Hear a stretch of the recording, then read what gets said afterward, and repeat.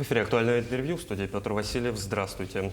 Сейчас, в наиболее сложный период после появления новых вызовов, важно понимать особую роль промышленности как фундамента для долгосрочного экономического роста.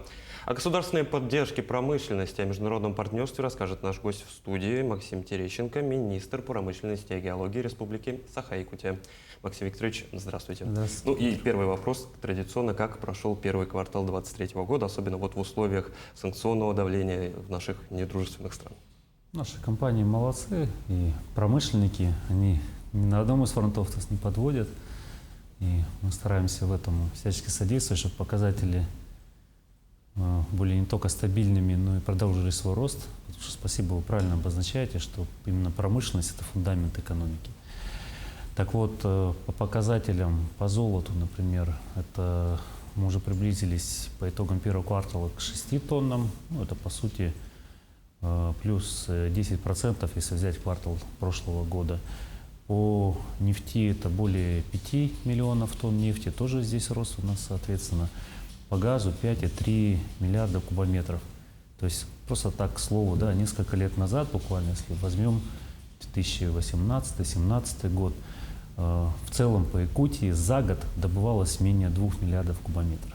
А мы сейчас с вами только о квартале говорим о цифре более 5 миллиардов кубометров. Поэтому, ну вот уголь можно тоже, к примеру, привести, это более 8 миллионов тонн, и здесь тоже угольщики идут в плане. Вот, если кратко, основные цифры. Ну, показатели более чем впечатляющие. А как вот сегодня с обрабатывающей промышленностью дела обстоят? Здесь тоже работаем, вызовов действительно у нас хватает, но, к примеру, тот же потенциал по экспорту, который мы видели там в западную часть континента, да, сегодня, понимаем, надо переориентироваться, но туда идут сегодня серьезнейшие потоки грузов со всей страны. Это и металл, и нефть, и продукты другой переработки, ну вот контейнерные перевозки, наверняка многие не знали, что сейчас серьезное соперничество между разными отраслями. Поэтому очень хорошо, что, например, в свое время на Восточном форуме было подписано соглашение, к нам зашла компания Starwave, проект Алмаз, например. Это прекрасно знают жители Ленского района, то есть они видят, что было закуплено новое оборудование, ну, это, соответственно, объемы заготовки. Здесь в Якутске был модернизирован, соответственно, местный завод, и у нас улучшилось качество нашей продукции, например, в лесной отрасли. Помимо этого, производство пеллет ведется, здесь тоже много о чем говорили, да, но это уже факт, который имеет место. Ведем работу с нашими ювелирами. Вот не так давно, например, был магазин компании КРГ открыт в Казахстане. И я надеюсь, что наши компании этот тренд продолжат, потому что это наши местные производители, соответственно, продукция которых требуется в наших сопредельных странах. Это экспорт, соответственно. Вместе с Алроса, за что благодарен этой компании, организовывали круглый стол для наших огранщиков, например, ювелиров, где они могли бы найти точки соприкосновения, чтобы не только, например, кто-то гранил, кто-то делал ювелирные изделия, а объединять. Огранщики продают продукцию ювелирам, и выходит такой хороший продукт, да, уже в виде более дорогостоящих ювелирных изделий. Идет производство танк-контейнеров для перевозки СПГ, например, в Алдане. Отрабатываем по производству из металлов, то есть здесь все направленно также двигаемся. Ну, мы уже отметили экспорт, а как у нас дела с импортом? С кем удалось сохранить отношения, каких главных партнеров рассматриваете? Ну, все-таки для нас основной, то есть импорт, это, понятно, закуп оборудования, но мы здесь отрабатываем по импортозамещению как раз продукции, с учетом того, что многие западные компании не захотели сотрудничать с компаниями нашей страны. Не скажу, что было легко, но все скооперировались, искали различные пути, направления, нашли альтернативы. Это сделано еще было в прошлом году. Соответственно, сейчас эти каналы выстраиваются. Но мы ведем работу по формированию сервисной экономики. Я думаю, вы помните послание главы. И здесь серьезная роль Министерства промышленности и геологии.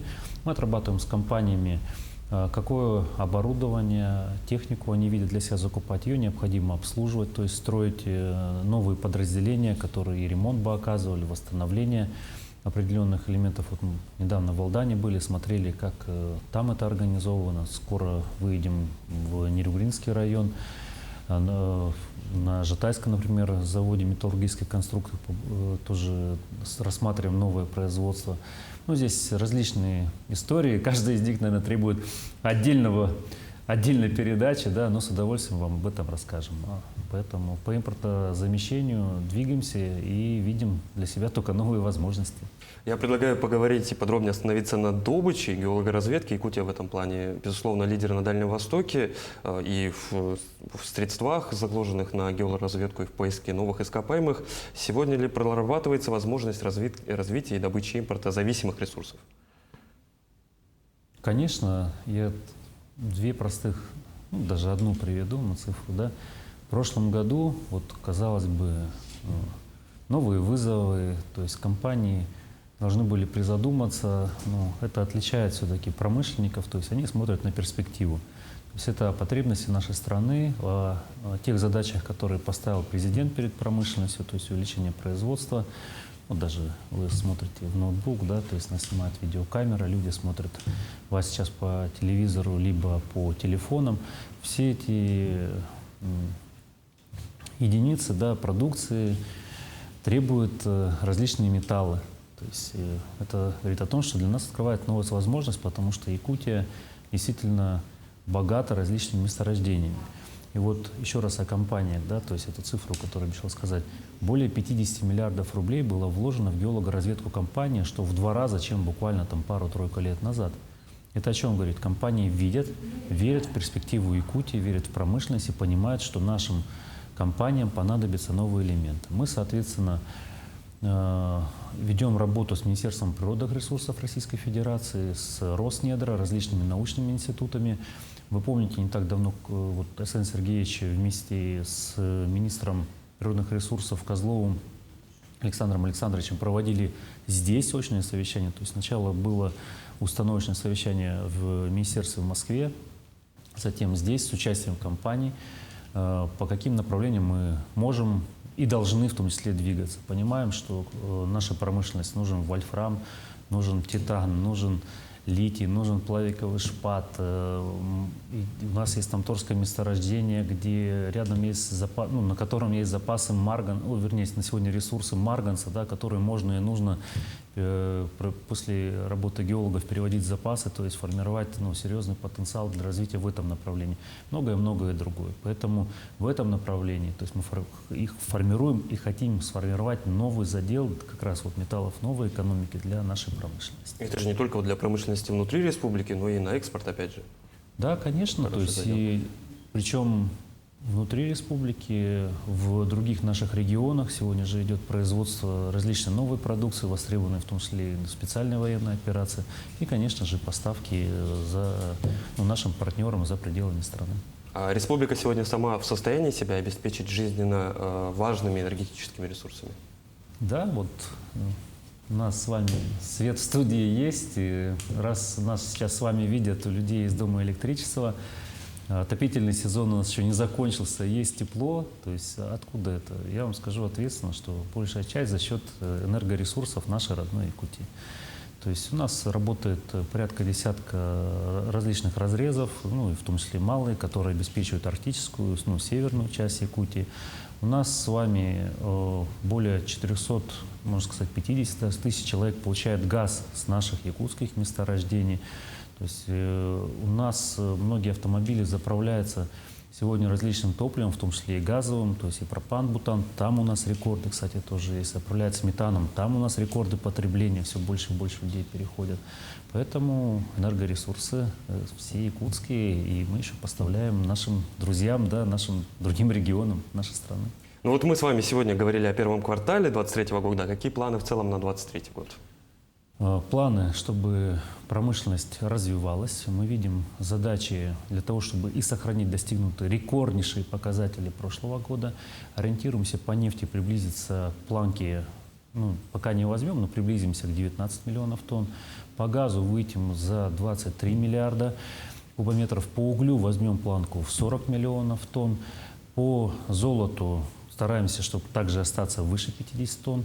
Что это? Это рабочие места. Вот на сегодня в промышленности более 10 тысяч мест, где можно получать зарплату более 100 тысяч, у нас, в нашей республике Саха-Якутия. Внимание, выпускников. А вот тогда давайте еще остановимся на заработной плате и на количестве рабочих мест. Сегодня какие вакансии готовы предоставить промышленные предприятия? Вот о зарплате скажу, да. Раньше вот у нас вроде, ну, понятно, у нас сейчас алмазная отрасль, да, вот вроде первый нефтегаз был. А сейчас интересные цифры. Нефтегаз 132 тысячи средняя зарплата, дальше идут у нас угольщики, а потом уже более 160 это наши золотодобывающие компании. Внимание, да, то есть наш просто опыт, знания, соответственно, которые применить. Вакансии, позиции, которые могут быть интересны. Более 1000 рабочих мест – это открытая горная работа. Более 2000 рабочих мест – это подземная разработка месторождений. Порядка 1000 – это строительство и эксплуатации нефтегазопроводов и нефтехранилищ. Это маршейдеры, это автомеханики, то есть вот автодело, да, то есть тоже порядка 1000 человек необходимо. Если говорить о профессиях, тоже все, что с этим связано, это и специальность маршейдеры, геологи. То есть более, еще раз, вот прямо на сегодня более 10 тысяч рабочих мест. А куда вот сейчас наиболее сделан акцент вот именно из рабочих мест? Куда люди идут? Да, в разные направления. Компания «Алроса» может предложить сегодня порядка 2, наверное, тысяч рабочих мест. Да. Компания «Эльга Уголь» вместе со своими партнерами 1500. Компания «Колмар» более 1000 рабочих мест. Возьмем компанию «Эльга Уголь», «Якут Уголь», например, то есть это порядка 600 рабочих мест. В газовом деле, то есть не так давно ярмарка вакансий проходила на базе нашего Северо-Восточного федерального университета. Свои позиции представляли «Газпром», «Газпромдобыча», «Ноябрьск», «Газпром-Трансгаз», «Том» со своими партнерами, «Сургутнефтегаз», «Сахатранснефтегаз», «Саханефтегазбыт», компания РНГ, то есть Иркутская нефтяная компания. У нас везде ждут именно наших людей. Еще вот я уж к телезрителям отдельно обращусь, да, наши компании ждут людей, которые могут, умеют работать. Поэтому не верьте тем, кто говорит обратное, просто попробуйте, подайте свое резюме и увидите, что вы нужны нашей промышленности. Максим Викторович, я благодарю вас за столь подробное интервью. Ну а я напомню, что сегодня ситуацию в промышленности и геологии республики мы обсуждали с министром промышленности и геологии региона Максимом Терещенко. Спасибо.